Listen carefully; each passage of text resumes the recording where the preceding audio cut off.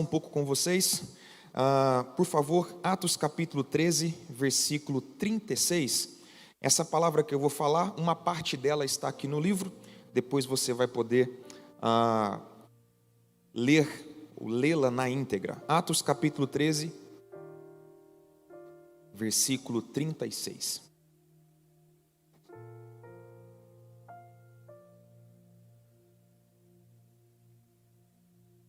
Atos capítulo 13, versículo 36, está escrito assim: Tendo, pois, Davi servido ao propósito de Deus em sua geração, adormeceu, foi sepultado com os seus antepassados, e o seu corpo se decompôs.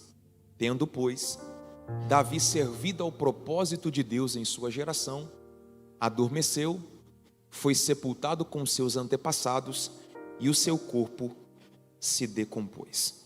Coloca aí para mim, por favor, o tema da minha reflexão, do meu pensamento. Prometo que vou ser o mais prático e breve possível.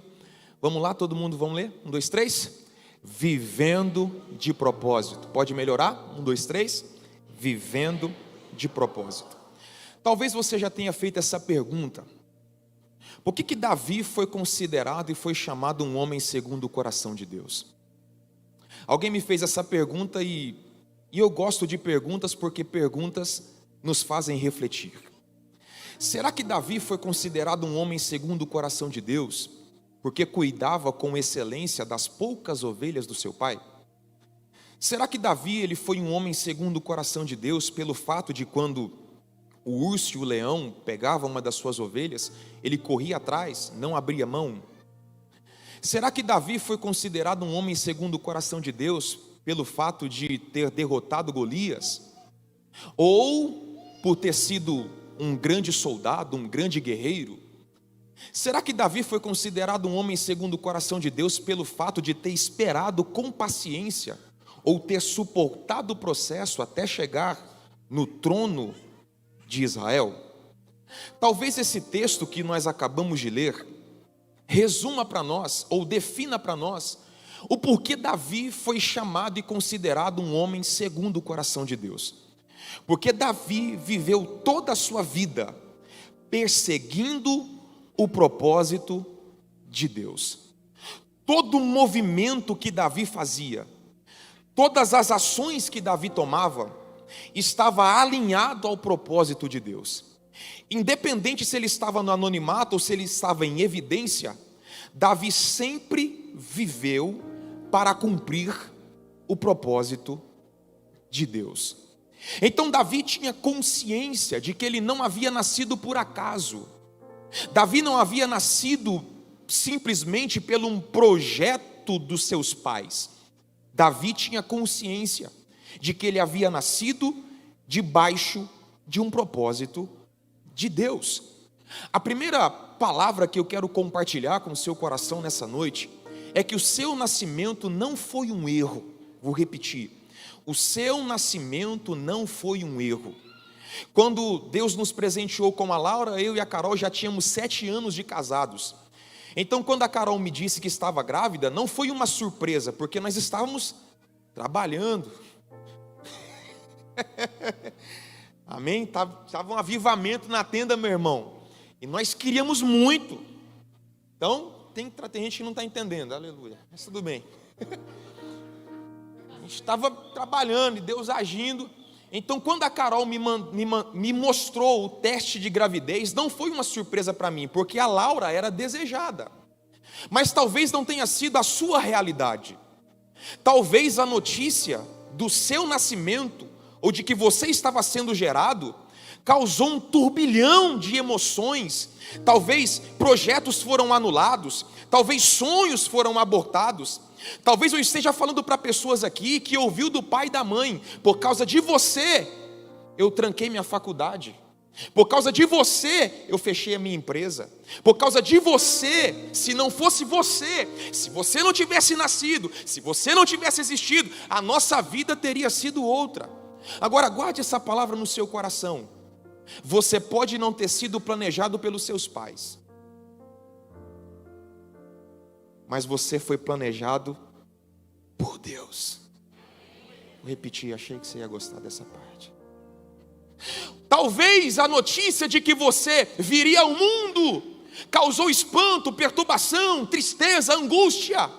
Mas antes de você ser gerado pelos seus pais, você foi concebido na mente de Deus.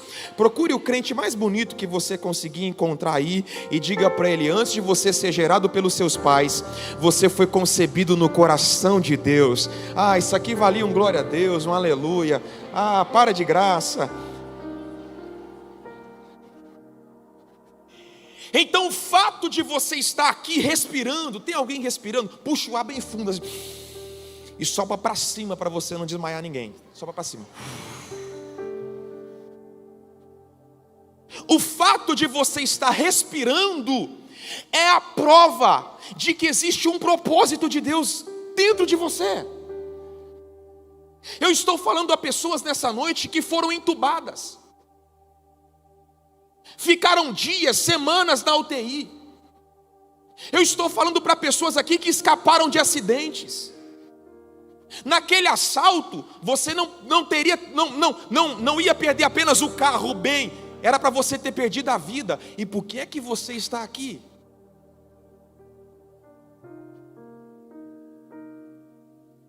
Contrariando todos os prognósticos, todos os diagnósticos humanos. A medicina já tinha te desenganado. Você jamais teria a oportunidade que está tendo hoje se Deus não tivesse um plano, se Deus não tivesse um propósito. Então aprenda essa verdade. O fato de você estar respirando não é por sorte, não é por acaso, não é por coincidência. Não! Você está aqui me ouvindo nesse domingo, respirando. Pastor, mas eu estou doente, estou fraco. Eu entrei aqui só pela graça. Não interessa como você chegou. O fato de você ter chegado é porque Deus ainda tem um propósito em você. Anote isso para você não esquecer.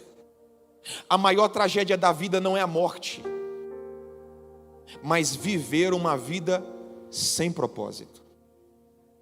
O maior desastre da vida não é a morte, mas viver uma vida sem propósito.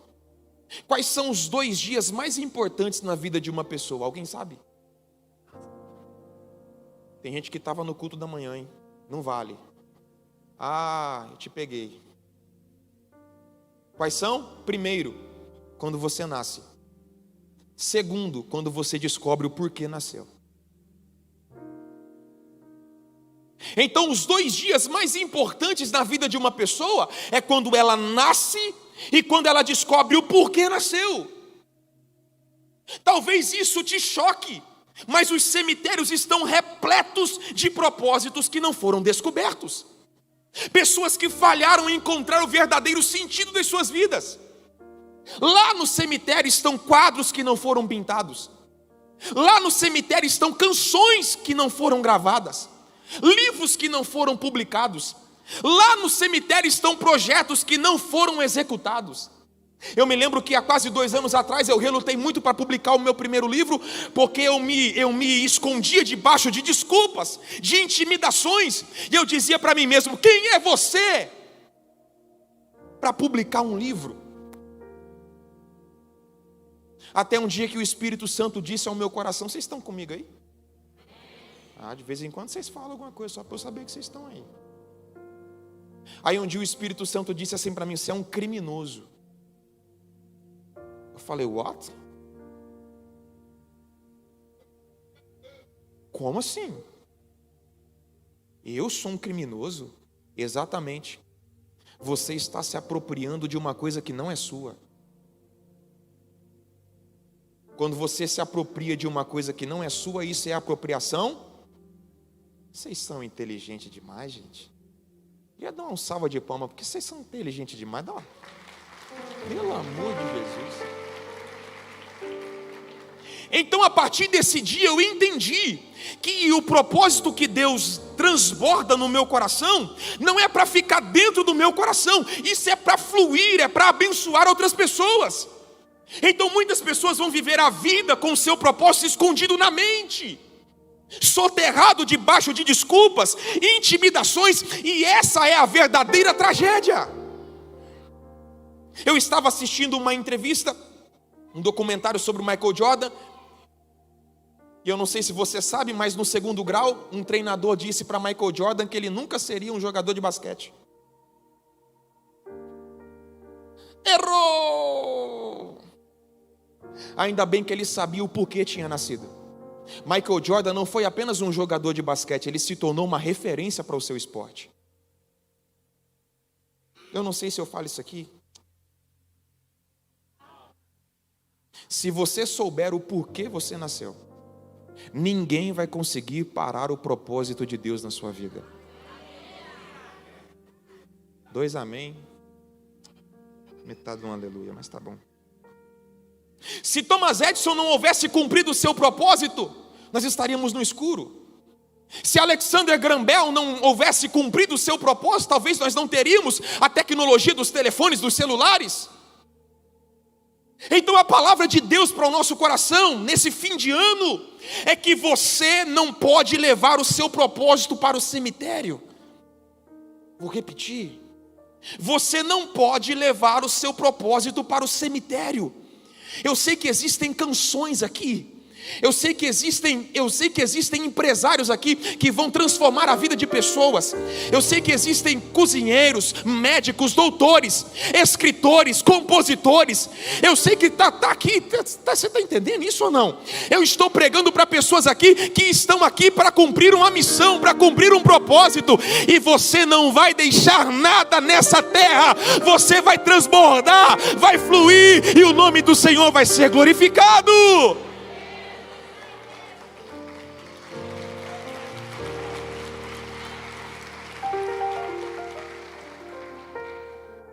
Duas verdades importantes e eu começo a encerrar.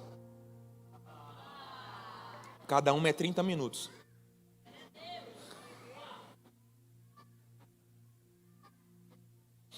Primeiro, anote aí. Toda a criação existe para manifestar um propósito. Você pode repetir isso? Toda a criação existe para manifestar um propósito. Pode melhorar? 1, 2, 3. Toda a criação existe para manifestar um propósito. Faz sentido isso ou não, gente?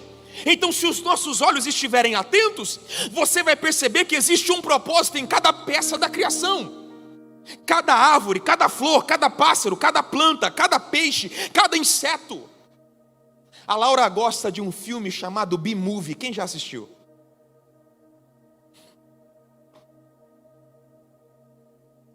Se você ainda não assistiu, eu te recomendo assistir, porque há uma mensagem poderosa nesse filme. É a saga de uma abelha que fica revoltada contra os seres humanos quando ela descobre que os seres humanos consomem o mel que é produzido na colmeia. E o que o Barry faz? Ele vai para o tribunal. E ele ganha no tribunal o direito dos humanos não consumirem o mel da colmeia. Sabe o que aconteceu? Os ases do pólen não podiam mais sair para coletar o néctar e polinizar as flores. Por quê? Porque o estoque de mel estava cheio. Já que os ases do pólen não podiam coletar o néctar e polinizar as flores começaram a morrer. Só aí que elas entenderam que elas faziam parte de uma engrenagem. E que se elas parassem de cumprir o propósito, muita coisa ia morrer. Vocês estão me olhando com a cara estranha? Eu acho que vocês não estão entendendo. Para ou continua? Então vou continuar. Então a gente precisa ter esse entendimento de que nós fazemos parte de uma engrenagem. E o fato de você estar vivo, o fato de você estar respirando, você faz parte dessa engrenagem. E se você não cumprir a sua parte, muita coisa vai parar de funcionar. Vocês estão comigo ou não? Então há um propósito sendo manifesto pelo sol, pela lua, pelas estrelas. Então o plano original de Deus é que todo ser criado manifeste o seu propósito, a fim de que o nome dele seja glorificado. Explica para mim melhor, pastor. Vou te explicar. Os pássaros foram criados com a natureza do voo. Os peixes foram criados com a natureza do nado. Você não vai ver um pássaro fazendo um curso de aviação para aprender a voar. Você não vai ver um peixe fazendo um curso de natação para aprender a nadar. Por quê, pastor? Porque tudo o que é necessário para que eles cumpram o seu propósito já está dentro deles. O que é necessário? Que ele amadureça. Vou ficar repetindo essa parte aqui até você falar alguma coisa. O que é necessário é que ele amadureça. E quando ele vai amadurecendo, a natureza vai brotando, vai brotando, vai brotando, vai brotando. Então a gente tem que ter esse entendimento de que assim como cada peça da natureza foi criada para cumprir um determinado propósito, nós também fomos criados para cumprir um propósito. Anote isso. Tudo que você precisa para cumprir o seu propósito já está dentro de você. 2 amém e 1 aleluia.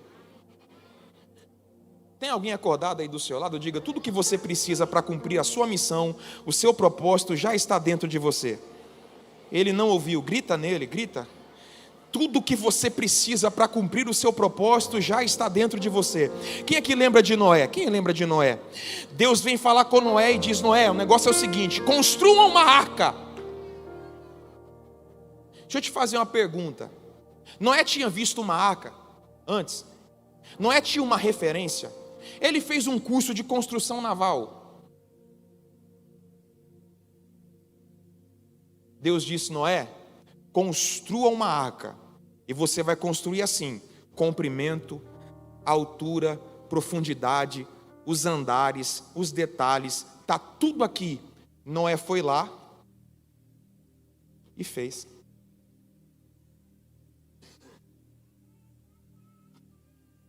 Noé não tinha uma referência, Noé não tinha uma foto. Deus, mostra uma foto de uma arca aí para eu ver pelo menos como é que faz. Deus disse para ele: construa uma arca. Ele foi lá e construiu. Pergunte para mim por quê? Desse jeito não. Pergunte por quê? Porque Deus jamais te dará um propósito sem antes te capacitar para executá-lo.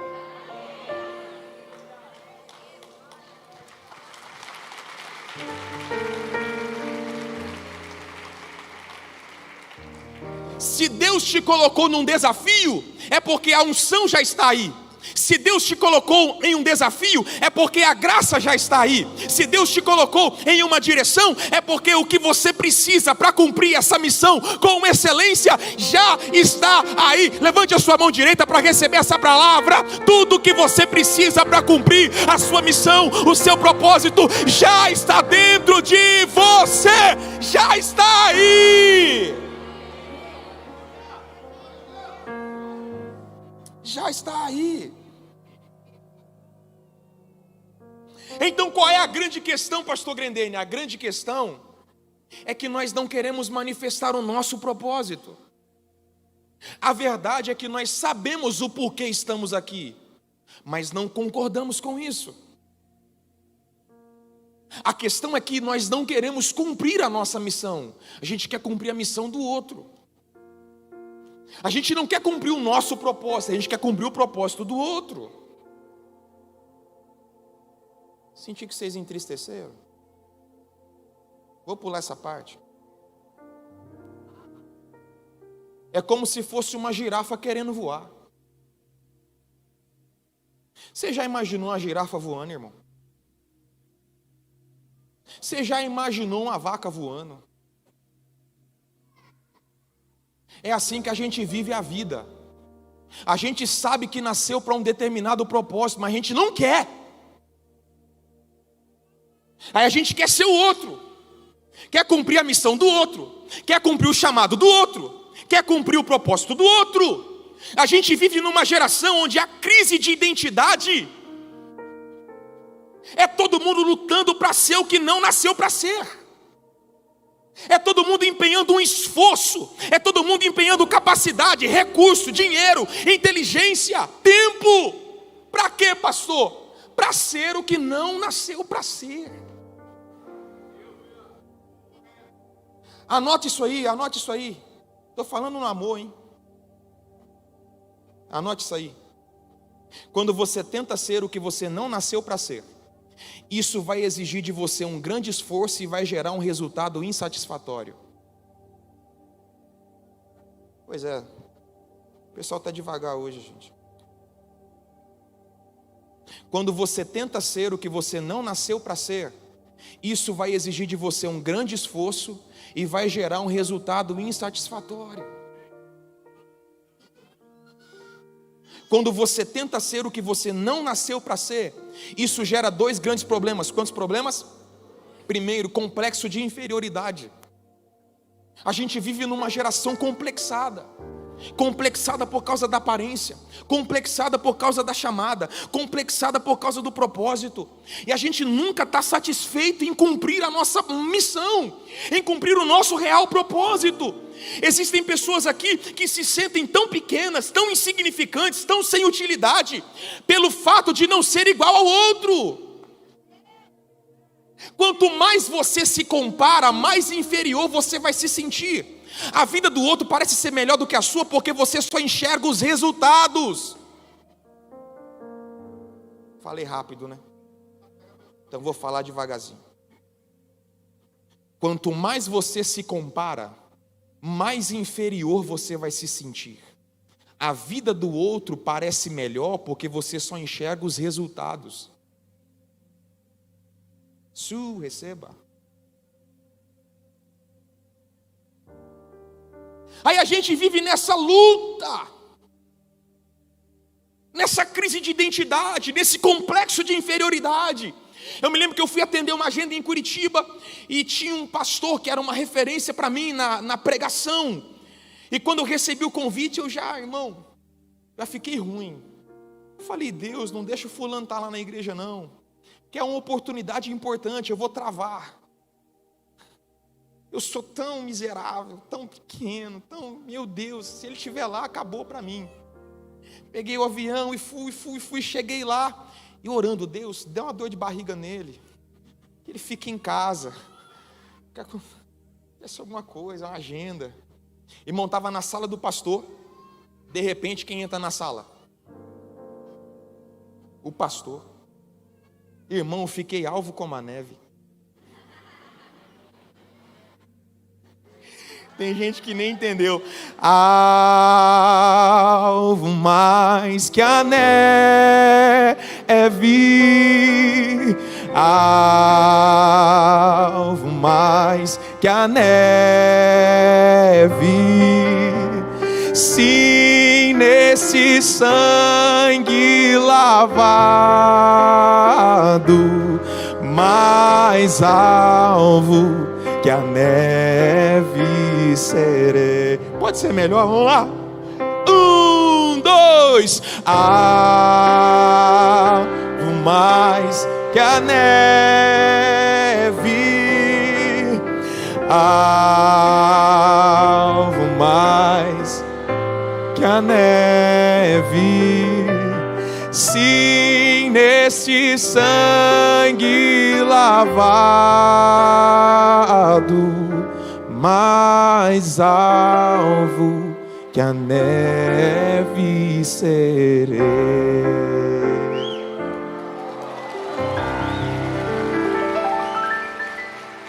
Aí ele viu que a minha pressão caiu, ele viu que eu fiquei nervoso, ele viu que eu fiquei desconcertado. Ele olhou para mim e disse: Rafael, eu não vim aqui para te avaliar. Quando você abrir a Bíblia para pregar, é Deus falando com a gente. Seja você mesmo. Nesse dia eu sarei do meu complexo de inferioridade. Eu preguei, irmão, como Deus me usa, como sempre, fluir. Eu disse: Deus, muito obrigado, porque agora eu entendi qual é a minha identidade, eu entendi qual é o meu propósito, como eu devo pregar. E em qualquer lugar que você me vê pregar, aqui na Family, com 1000 pessoas, com 50 pessoas, é desse mesmo modelo, porque eu entendi qual é a minha identidade, qual é o meu propósito. Paulo, quando vai escrever aos Coríntios, ele vai usar uma comparação com os membros do corpo. Aí no versículo 15 do capítulo 12, ele vai dizer: se o pé disser, por que não sou mão? Se o ouvido disser, por que não sou olho? Havia uma crise de identidade, um complexo de inferioridade no corpo de Cristo. Era um monte de gente, entendeu? Reclamando: por que eu não sou igual a fulano? Por que eu não sou igual a fulana? Por que eu não tenho cabelo igual dele? Por que eu não falo igual ela?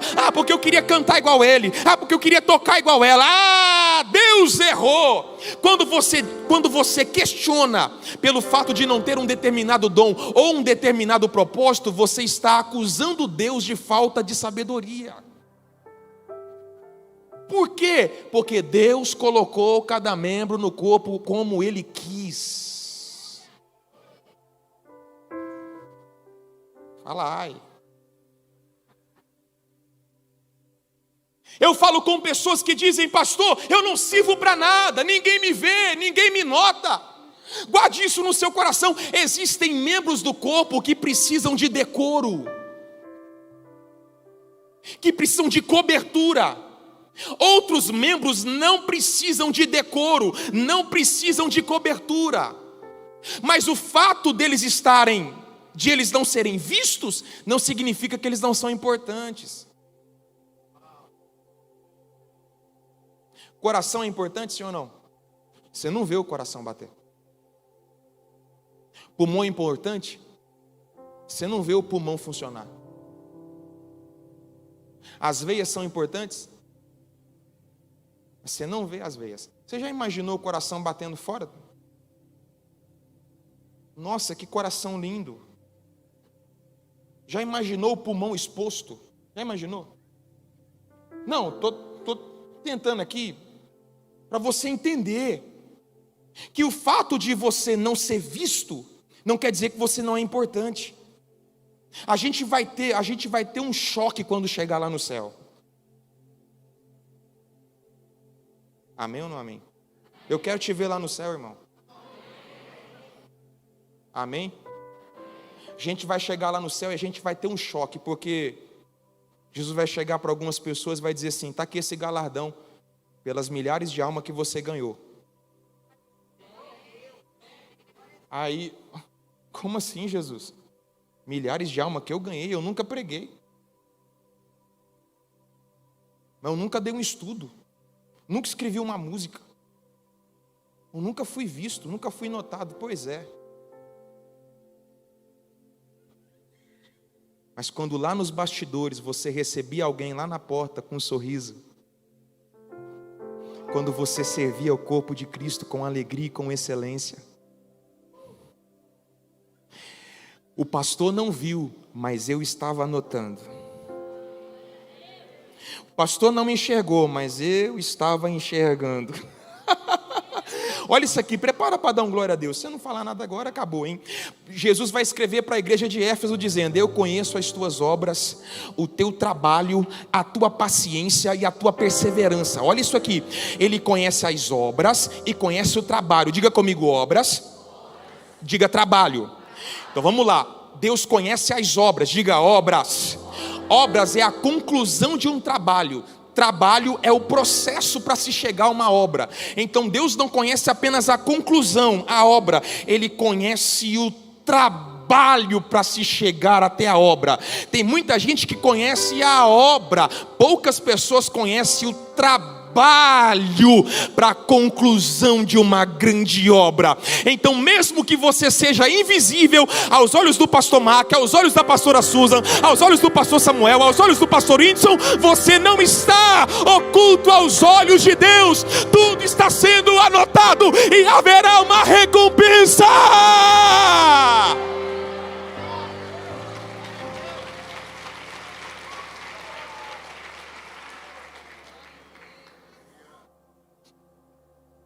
Na construção do tabernáculo, existiam 3 pessoas cumprindo um propósito. Primeiro, os que trouxeram a oferta. Segundo, os que transformaram a oferta em obra. Terceiro, os que administravam a obra e faziam a obra manter-se em funcionamento.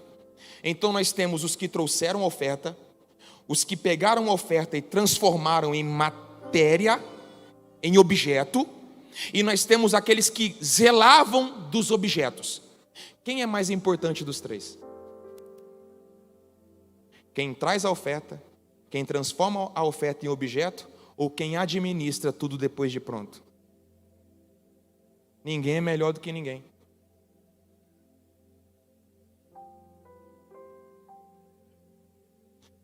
Os diferentes podem fazer parte do mesmo propósito, é que o nome de Deus seja glorificado. É por isso que Paulo diz: Paulo plantou, Apolo regou, mas é Deus quem dá o crescimento. Então, meu irmão, que todo complexo de inferioridade seja quebrado nessa noite. Eu sinto a graça de Deus aqui. Pessoas que entraram aqui se sentindo o verme do carrapato, pessoas que entraram aqui se sentindo um lixo. Em nome de Jesus, há um propósito de Deus dentro do seu coração, há uma chamada de Deus dentro de você, há um projeto do céu para ser desenvolvido. Então saia daqui nessa noite com esse complexo de inferioridade quebrado, anulado pelo poder da graça, pelo poder do sangue, pelo poder da cruz. Alguém pode aplaudir a Ele e celebrá-lo.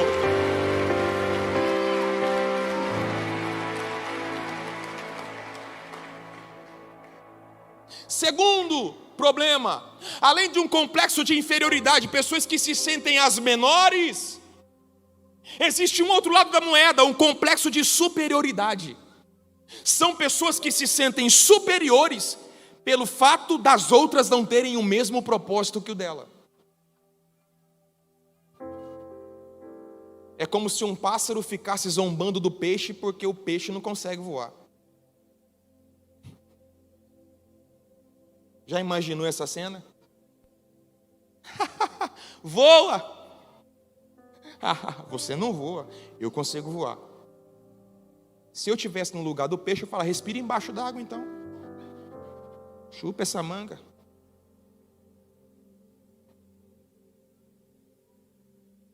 Guarde isso no seu coração.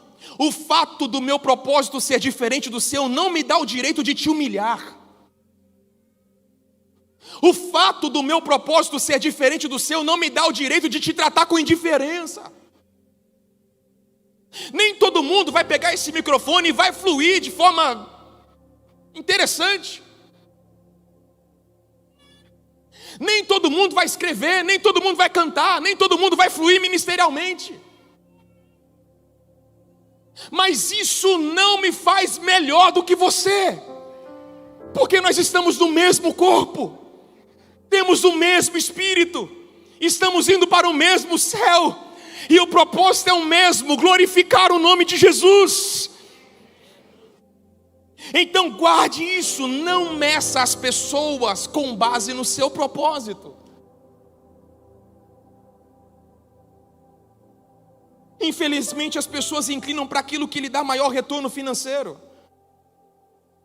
E é por isso que quando você vê um mau médico atendendo, pode ser pelo fato dele ser um advogado, um cozinheiro. Isso faz sentido ou não, gente? A gente vive numa geração onde todo mundo está perseguindo o sucesso. Quem que quer ter sucesso? Só isso de gente? Para de graça. Eu te conheço. Quem quer ter sucesso aí, dá uma glória a Deus. Normal, natural. Aí a gente empenha um esforço exagerado. E a gente precisa entender que o reino de Deus é um reino de ponta cabeça. E sucesso no mundo é você ser influente. Sucesso no mundo é você acumular riqueza. Sucesso no mundo é você ser o cara. Sucesso no reino de Deus é você frutificar onde Deus te plantou. Sucesso no reino de Deus é você cumprir a sua missão. Não interessa se você está cuidando de ovelhas, é o propósito de Deus, faça com excelência. Não interessa se é correr atrás de urso e de leão, é o propósito de Deus, então faça com excelência. Não interessa se é matar o Golias, se é matar Golias o propósito de Deus, faça com excelência. É o propósito de Deus. Segundo, e aqui eu termino. Toda a criação foi criada para cumprir e manifestar um propósito. Segundo, Toda a criação precisa de um ambiente certo para manifestar o seu propósito. Vou repetir. Toda a criação precisa de um ambiente certo para cumprir o seu propósito. A Carol ama plantas. Cadê as irmãs das plantas? Das suculentas, das samambaias. Meu Deus. Deus me deu uma esposa top, porque ela gosta de flor, irmão. Tem gente que gosta de joia. Tá lascado, hein, irmão? Você chegar com a planta lá na sua casa, o tempo fecha.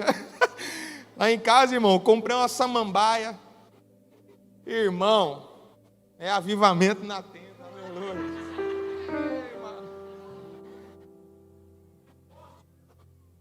Do lugar, aleluia. Você tem que conhecer a linguagem de amor da sua esposa. Vamos lá, o que eu estava falando? A Carol gosta de planta. Mas você não está nessa fase, né? De entrar na casa dos outros e ficar, nossa, que planta linda. Dá uma muda. Está nessa fase não, né, irmã? Está andando na calçada, nossa, eu vou levar uma mudinha. Está nessa fase não, né, irmã? Meu Deus. Aí, você que gosta de planta, você vai entender que eu estou falando agora do mundo das plantas. Que tem planta que gosta de muita água, sim ou não? Tem planta, irmão, você tem que só pingar de vez em quando. Tem planta que gosta de muito sol, sim ou não? Tem planta, irmão, que não pode ver sol, é na sombra. A gente mudou para o apartamento agora e a sacada não pega sol nem com reza braba, irmão. Só se virar o prédio assim. Não pega sol de jeito nenhum. Aí mudamos, tal, colocou as plantinhas lá, pá. Irmão, deu uma semana, as plantas estavam tudo murcha. Morreu tudo. Pastor, o que isso tem a ver com o ambiente? Guarde isso. O ambiente apropriado potencializa o que você realiza. Dá um trabalho, né? Eu nem terminei a frase. Tem gente que, pastor, como assim? Vamos lá de novo. O ambiente potencializa o que você realiza. No ambiente errado, ao invés de florescer, você pode secar.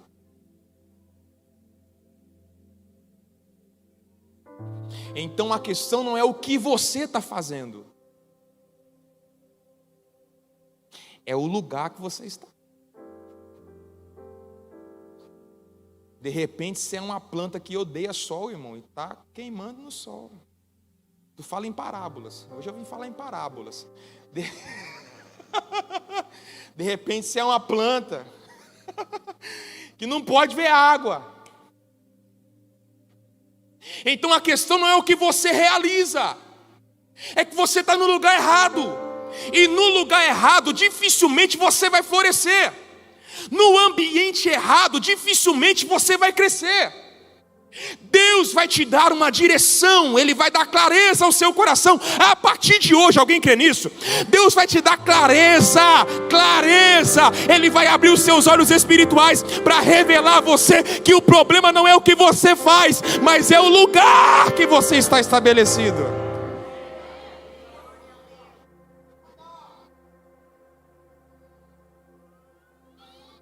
Então toda a criação precisa de um ambiente apropriado.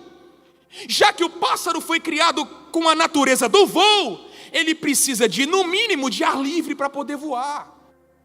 Se você prender um pássaro na gaiola, você vai anular todo o potencial de voo que ele tem. Já que o peixe foi criado com a natureza do nado, ele precisa de água. Por quê? Porque o sistema respiratório do peixe foi criado exatamente para respirar embaixo d'água. As guelras filtram o oxigênio e é por isso que ele respira debaixo d'água. Vou fechar agora.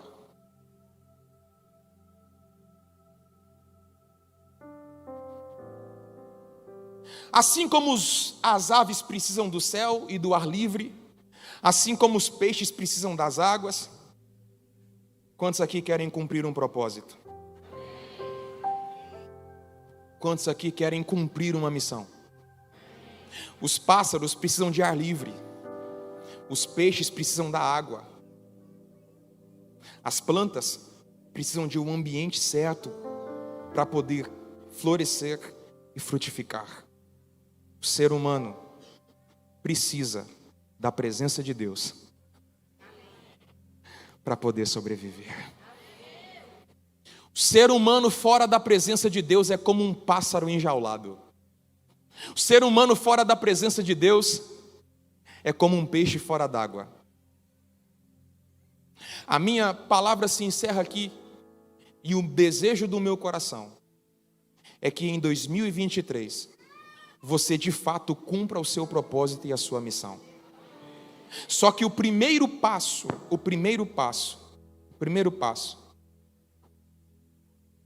é você voltar para o centro da vontade de Deus. Eu queria que você se colocasse de pé agora.